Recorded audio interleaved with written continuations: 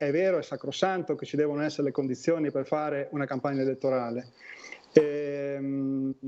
Probabilmente, forse settembre potrebbe già essere una soluzione che in qualche maniera possa compensare le due diverse esigenze. Settembre può essere un periodo giusto se appunto le condizioni sanitarie lo consentiranno. Loro, gli avversari di Luca Zaia alle regionali, sembrano d'accordo. Settembre, epidemia permettendo, potrebbe essere il mese giusto per votare.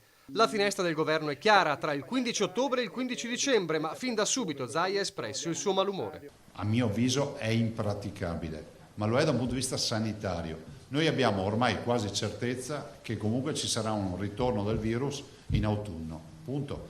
Votare prima allora, ma quando? Cappelletti e Lorenzoni guardano a settembre. Immagino che a settembre vuol dire che i cittadini devono essere messi nelle condizioni di incontrare i loro candidati, possibili potenziali candidati ad agosto, non so quanto praticabile sia. Votare in estate? No, per i due avversari, e il motivo va anche oltre quello sanitario. Ora come ora l'esposizione mediatica di Zaia è alle stelle, svantaggio colossale in chiave urne. Mettere in luce quelli che sono i limiti dell'azione del governo della Lega di questi 10 anni, ma anche di questi ultimi mesi, che ci sono e che sono evidenti agli occhi di osservatori, diciamo così, attenti, in questo momento non è pensabile. Per cui ecco, accelerare il ricorso alle urne senza dare la possibilità appunto di ragionare con serenità e con visione su quelle che sono modi diversi di pensare al governo regionale, credo non sia una scelta responsabile. Lorenzoni e Cappelletti d'accordo sulla data, ma sul resto?